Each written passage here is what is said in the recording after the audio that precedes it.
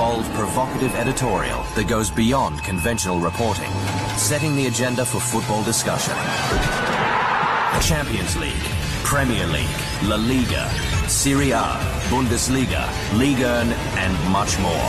Want genuine insight with hard-hitting editorial? Need compelling premium football content? The Football Review. Best, bar none.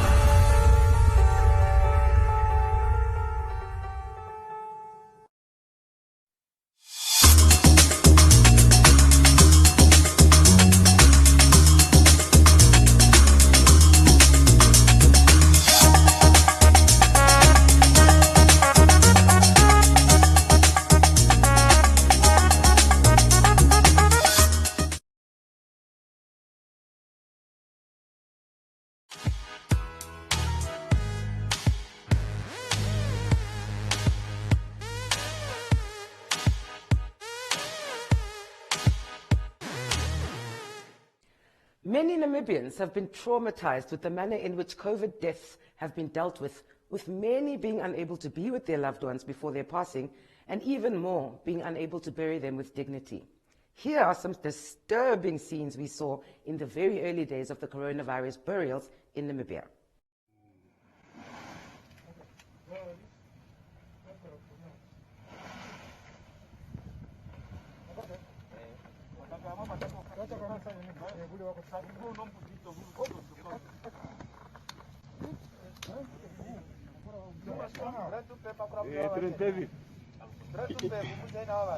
Yeah, two inside again.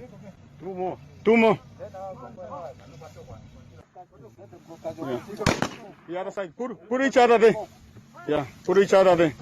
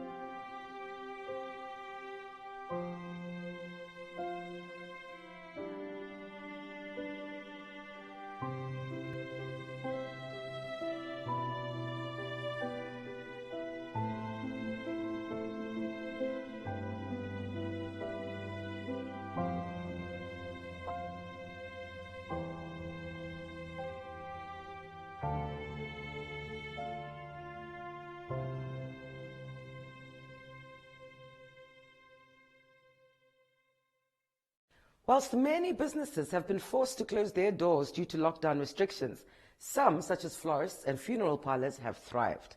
I spoke to Corey du Plessis, who owns an events management company and a florist, about how his business has been impacted. Well, I've been operating for the past 5 years. I've been in the industry, but 2 years full-time, and it was quite a journey. First and foremost, the fact that you had to start your own business during this very difficult time. By that time, 5 years ago, you could slightly feel there was a change in the economy. How COVID affected my business, first and foremost, in the beginning of the whole pandemic, when it was people just starting to get sick and so forth, it quite had a big impact, because now people looked at their rand twice before spending it on flowers. However, as COVID carried on, during the time that we find ourselves right now, it has remarkably changed my business to the extent that we're really in a much better financial situation, although we're finding ourselves in this very difficult pandemic. Starting off with flowers. Flowers brings happiness, flowers bring joy, flowers bring everything that we celebrate. However, this time, it's actually the opposite. Flowers nowadays are being bought, the majority of flowers, 99.9% of our flowers are being bought due to the COVID deaths. People are buying it for condolences, for funerals and so forth. The other day I was sitting and I was asking myself, you know what? When last did somebody actually buy flowers here just to say, I love you or happy birthday? Most of the time currently now is to extend condolences or for funerals. Just for you to get a clear picture of where we're finding ourselves right now in comparison to the past. In the past, we would make over from Thursday, Fridays, we would make like 5, 6. Currently now, we're looking at 20 that's leaving in one day. Thursday, Friday, Saturday.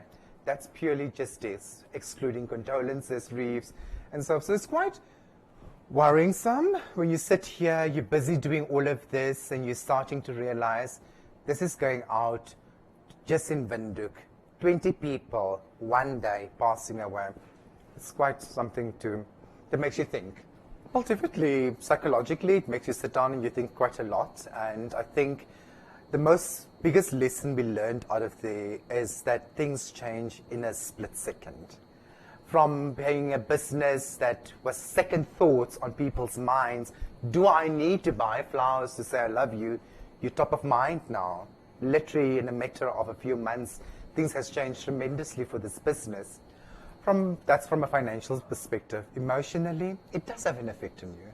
To sit here and Erica, from a 2-year-old to a 70-year-old, when a client walks in here with us, for us it's not about just selling the next coffin wreath, the next condolence wreath, the next bunch of flowers to bid farewell. For us it's about what do you want to say with this? What was her favorite or his favorite color? What are you trying to say with this wreath, with this thing? The other day we made a very cute, beautiful, can I retake that? I don't want to use the word cute. The other day we made a very beautiful coffin wreath for a 2-year-old. Prior to that, you had to sit down, consult with the family, with the mother. This was his favorite colors. You had to go and buy teddy bears to put within these coffin wreaths. 2 weeks ago, an entire family was wiped out, and you had to sit down here with the extended family and plan that funeral. So it does have a mental, emotional effect on us, yet great with finances, but emotionally. And I think that's why we came to the conclusion to say, you know what, next week and so, me and my staff, we need to go and see somebody just to talk and just release it all, because every hour somebody's walking in here crying and saying, I need to bid farewell. Tomorrow, in a few hours, in a few days. Yeah. We are literally positioning ourselves as a one-stop, just not necessarily, we didn't have that in mind, a one-stop for deaths, but we do decor. So literally from walking in here from your flowers, choosing your different flowers, whatever he or she loved, to the setup of decor for the church, the printing of the canvases, the memorial candle, all of that, that's what we do here. So it's a really bigger scope than literally just taking a bunch of flowers and walking out from here. We're starting off with the family, with the planning of their whole memorial service, the funeral service, to the bitter end of escorting them to the graveyard and making sure that the gravesite is at least looking nice and beautiful.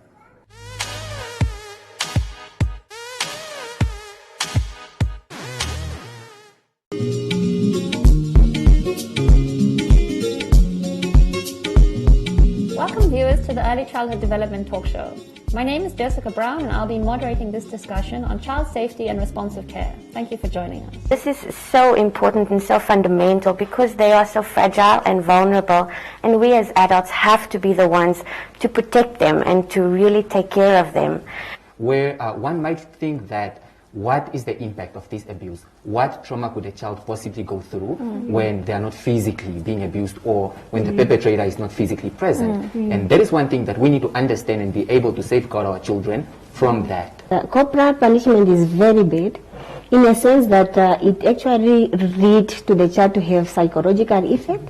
It also leads to the children also not having good relationship with their parents. And it also leads to the child also to think about, to become aggressive, because they are also questioning whether do my parents really love me. This August, open your heart and trust the voice inside you. Be moved by the beat that inspires every moment on GoTV. There's no place like home when Big Brother's watching. It's pranks, gags, and slapstick moments with your favorite celebrity substitute teachers. And a silver tongue will charm the heart of a woman born with a silver spoon. Stay lifted with us on GoTV this month. GoTV. Love it.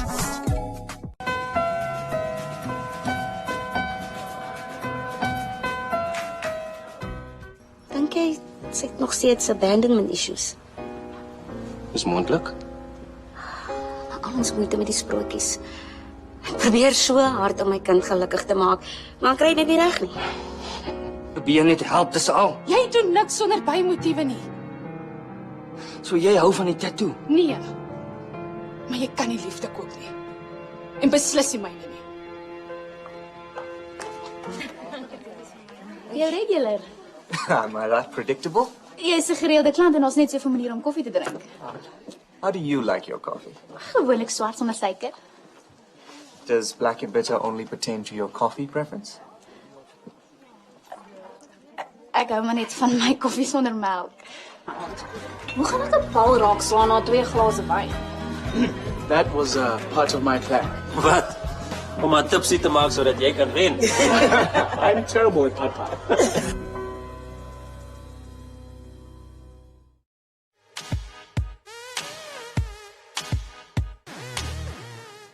According to recent media reports, the Gamam Cemetery in Windhoek will not be open for funerals by 2024. And with the spike in COVID deaths, burials will only be accommodated for another 3 years. We visited the Gamam Cemetery on a Thursday morning. It was surprisingly busy, and the sight of dozens of mounds of freshly dug graves was rather unsettling.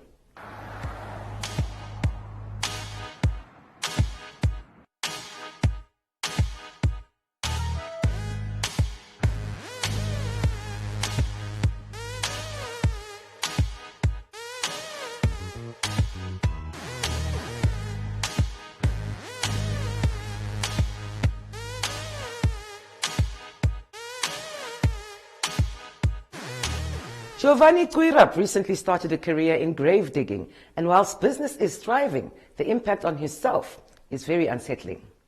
It's a bit hectic, you know, sometimes you don't know how it is gonna be. You just have to do the job because it's like, exactly don't know what is happening because this thing has just come unexpected. So it's like we are one of the frontline workers. So if we don't do the job, then what is gonna happen to the next person's grave? So yeah, in a day we dig like, let me say 10 to 15 graves in a day. So 15 divided by times 5. So we also work on Sundays and Saturdays. So exactly then it's more than 50 graves we even dig. Because my mother is working at City of Windhoek, so she got a tender. So as a firstborn, I decided to like, okay, let me stand by my mother's side, and I'm also doing it for the nation. So yeah, it's quite touching seeing people being buried every day, people you know, people you stayed with. It's quite touching, but then, as I said before, job is job. I'm digging a grave today, like now I'm digging a grave. I go home. Tomorrow morning, I'm not here. I was digging my grave last week or yesterday. I can be buried in that same grave. So that is exactly it. So it's a bit hectic, but then you have to be strong. Yo, it's quite like, for some of us, we still don't take it seriously. Some of us, we have we lost close people to us, like fathers, mothers, and then we started to realize like this thing is really like serious. So if we, like you yourself don't take it seriously, who is gonna tell you to take it seriously? So you have to take it seriously and just use the safety methods that we are given. If we don't use it, then that is your own problem. Death comes anytime. And when the big man from above calls, then it's your time. There's no time about I have to go do what or what and what. When it's your time, it's your time. dig a grave, it takes more like 45 to 40 minutes. It depends if the swell is hard or if it's of like, for this one, it was approximately like, let me say, 20 minutes time. Let's put on our mask. Let's sanitize hands. Let's stay home and stay safe, guys, please. It's not easy for me to come dig a grave each day and coming to see my close friend that I was with in a class or my close friend's mother or someone else. So let us stay safe, guys, and stay home, please. A police officer recently threatened a group of Namibians with the force of the Special Reserve Forces should they not comply with regulations, eliciting varied responses from the people. Check this out. Once you die, you'll never come back. You understand? Let me tell you, there's no person who died of hunger. I want to tell you.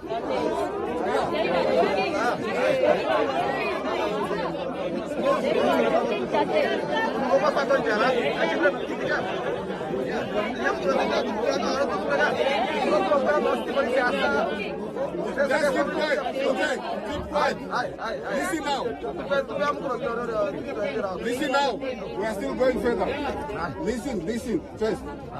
Yeah, as I said, I'll give the floor to Inspector now to tell you what you must do and the failure to date. Let me tell you, I'm warning you for the last. As the power vested in me, I can call reserve force, but I don't want to go to that extent. You understand? Yeah, we are here to to listen, to understand one another. Some comments from social media. Eddie posted, facts and counting per second. KJ posted, police are now acting like Hitler's squad, intimidating, assaulting citizens. Seriously, are they not our last line of defense or safety? Or are they defending the interests of corrupt supremacy? We shall and will become a police state if we shall not make a change come 2024. And Judith posted, wow, how can such a statement be made? People are suffering without means to buy food. This is wrong on so many levels.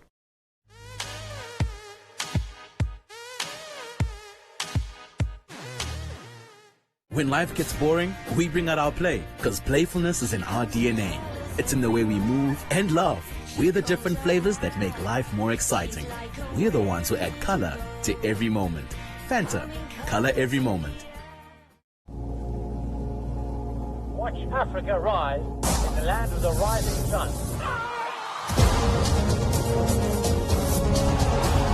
It's the first time in Olympic history. She's the world champion. Watch the rise at Tokyo 2020 on 8 dedicated channels on SuperSport, your world of champions. Get connected with DSTV. BBC's Smart Money program presents an exciting new technology segment dubbed Smart Tech. Ghana have a problem of unemployment, also the problem of housing and schools under trees. Now Plus wants to use the problem of plastic waste to solve the problem of schools under trees, housing, and create more jobs for the youth in the country. Bonjour. Hello, I am Saoudou Niang, director of the Palms Luxury Boutique Hotel in Dakar. I started by cleaning a toilet. Today, I am the manager of my own 5-star hotel boutique with 60 employees. To give more people access to these life-saving vaccines, South Africa and India have proposed a waiver of COVID-19 patents, and the move seems to be gathering momentum after receiving the backing of the United States. But even if the patent waiver is indeed granted, can Africa manufacture these vaccines at scale?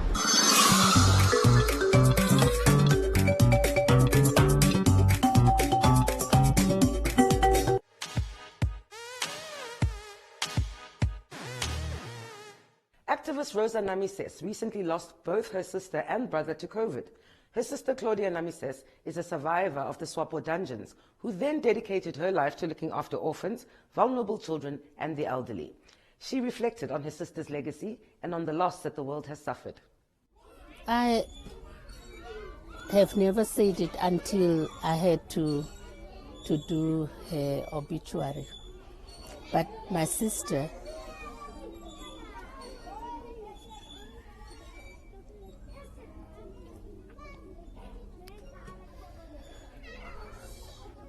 was the wind behind my wings. That was the wind that would blow and make my wings move. That was the person that I want to remember. When I was up in the sky, the wind would blow and I can fly higher and I can fly. And everybody, I think she was the wind. There is this great song that Tina Turner sings. It must have been hard in my shadow. And that random places where she would appear is just to add the wind to all those people that were doing whatever. If it was a demonstration of NBC, she would be the wind there. I just called her and said, you know what, there's an NBC strike. And before I even reach there, she's there. I would tell her there's a strike on violence against women, and she would be there. My sister was never political, party political. I just took her one day when Tateya Tuevo, the Robben Islanders were released, and the Mariental Kasinga people were released. I took her to Debra to just say, come and see, so that you understand what I'm doing. And this day, the South African Defence Force came and arrested us. And she was so scared. She says, oh, why did you bring me here? We are going to be killed now. And I said, you just be strong. You take my bag. I had a banned book in my bag. I said, this is my bag. You take, I know I'm going to be arrested. So you take this bag. And when the officials, these army men come, you say it's my panties. And that was my wind. She fought and she kept the bag. And the book was safe then. I got it later. So what I'm saying is my sister, a strong woman, wind is a strong force. And my sister was that strong force. We've all had traumas from the exile experience. We've all had traumas, losing her husband, losing her daughter, losing some of the things that she loved. My sister, I think, would not want us to stop this.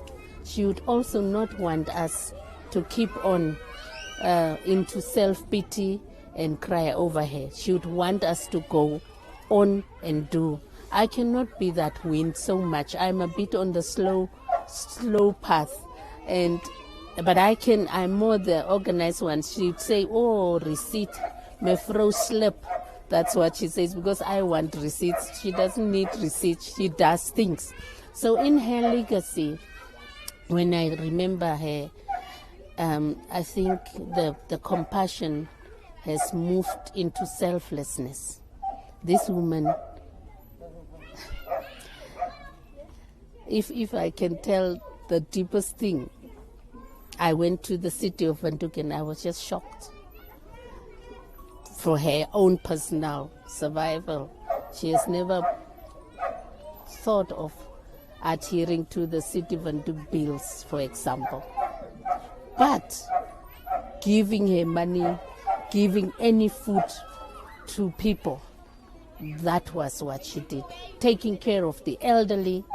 She would make me cook, and our favorite is jelly and custard. The dessert must be there. She would call me and say, ons moet vir die ou mense kook. And then I'm like, oh. Then she says, and then get the jelly and custard, don't forget. And that was the delicacy from our childhood days that I would really fondly remember. And I only wanted the custard that she made. I don't so much want the jelly, but it was beautiful, the custard that she made. So her move was to make it better where it's not good. I remember I'm told stories by people from exile that my sister was baking cakes for the men in exile, the commanders. There you commanders who eat my sister's cake and not remember her today. So she would bake for them when there's weddings, meme klau. They would eat from her cake, and that was it. We are falling in the green and white clan color, the Khomanin people we are. So always my sister would have that green and white cake baked from her oven. So for me, the community members really have lost out. People would come and ask advice, and she would call, I know, is it inheritance, is it marital? Then she would say, Rosa, just talk to this person. And I'm like, what is it? And the person is on the phone, talk. So that's how she would do that. But the practical social support, that's her hand. So in this community, she also dared to stand, because wind and wings goes together. So she would stand as a constituency councillor. She did that last elections, and she went out and she was telling people, I'm not promising you anything, but I tell you, once I'm voted in, we will make the change. And I believe that would have happened. We would have done the needed change.